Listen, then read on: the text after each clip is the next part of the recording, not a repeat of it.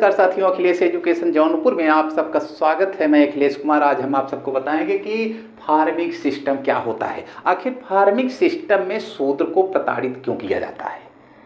Farming system में शूद्र को प्रताड़ित किया जा रहा था और ब्राह्मण क्षत्रिय जो वैश्य होते थे उनको छोड़ करके बाकी जितनी भी जातियां होती हैं, चाहे चमार हो जाए, पासी हो जाए, यादव हो जाए, पाल हो जाए, कोई भी हो, सब शूद्रों को प्रताड़ित किया जा रहा था। ये सिस्टम क्या है? ये 1772 ईस्वी में बंगाल 1772 ईस्वी बंगाल द्वैध शासन के समाप्ति के बाद, द्वैध शासन की समाप्ति के बाद ये भूमि बंदोबस्त की एक नई प्रयोग प्रणाली सिस्टम अपनाया गया।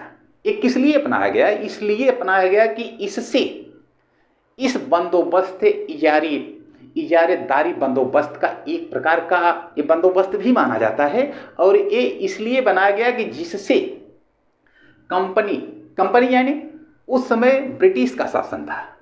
1772 ईस्वी में ब्रिटिश का शासन यहाँ पे था और उसी समय बंगाल का गवर्नर लॉर्ड क्लाइव उस समय दूसरी बार वापस भारत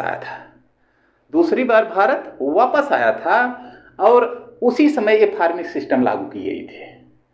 जब इस कंपनी ने किसी जिला के समस्त भूक्षेत्र से राजस्व वसूली का दायित्व उस व्यक्ति को देता था, किसी बड़े जमींदार को देता था, तो क्या करता था? उस सबसे अधिक बोली लगाता था। जो भी व्यक्ति, जो भी जमींदार सबसे ज़्यादा बोली लगाता था, उसी को वो जमीन, वो जिला दे दिया जाता था। अब उसका हक ये था कि आप चाहे कुछ भी करो, कैसे भी करो, भू राजस्व के ठेकेदार जो बन गए किसानों का शोषण करते थे। अब आप चाहे जैसा भी करिए, चाहे खेती हो चाहे खेती ना हो, लेकिन आपको कर देना पड़ेगा। तो इससे क्या हुआ कि किसानों का शोषण शुरू हो गया। और किसानों का जब शोषण होने लगा, राजस्व कम होने लगा, यानी कि भुखमरी फैल गई। जब भुखमरी फैल गई, भ्रष्टाचार बढ़ा, भुखमरी फैल गई, तब इससे क्या हुआ? जब ज़्यादा से ज़्यादा शूद्र लोग परेशान होने लगे, तब उसके बाद कहा जाता है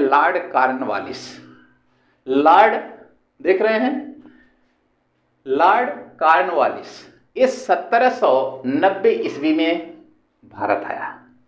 1790 ईस्वी में भारत आया और भारत आने के बाद एक योजना बनाया कि एक जमींदार इतने ज़्यादा लोगों को, इतने पब्लिकों को परेशान करता है, तो इससे क्या होगा कि हमारी हस्ती एक दिन यहाँ से मिट जाएगी। तो लॉर्ड कॉर्नवालिस ने 1790 ईस्वी में जो एक योजना बनाई और उस योजना पर उन्होंने 1793 ईस्वी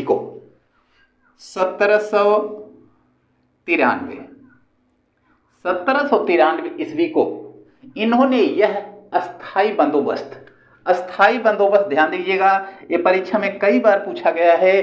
अस्थाई बंदोबस्त का नियम किसने बनाया था और किसने लागू किया था? तो ध्यान दीजिएगा, अस्थाई बंदोबस्त लॉर्ड कॉर्नवालिस 1790 ईस्वी में इन्होंने इन नियम को बनाया और 1793 ईस्वी में इसे लागू कर दिया। तो जमींदारी जो बंदोबस्त बंगाल व बिहार में लागू की गई, ये सबसे पहले बंगाल और बिहार में अस्थाई बंदोबस्त व्यवस्था लागू की गई। और ये व्यवस्था बंगाल और बिहार में लागू करने के बाद ये भी कहा गया कि 10/11 हिस्सा कंपनी के कोष में जमा होगा।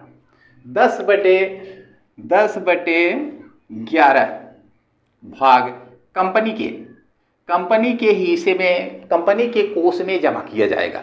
बाकी जो इसके बाद वाला भाग जो थोड़ा बहुत बचेगा, इसके बाद वाला यानी कि 1/11वां भाग जो होगा, वही ठेकेदार या जमींदार वो अपने पास रखेंगे।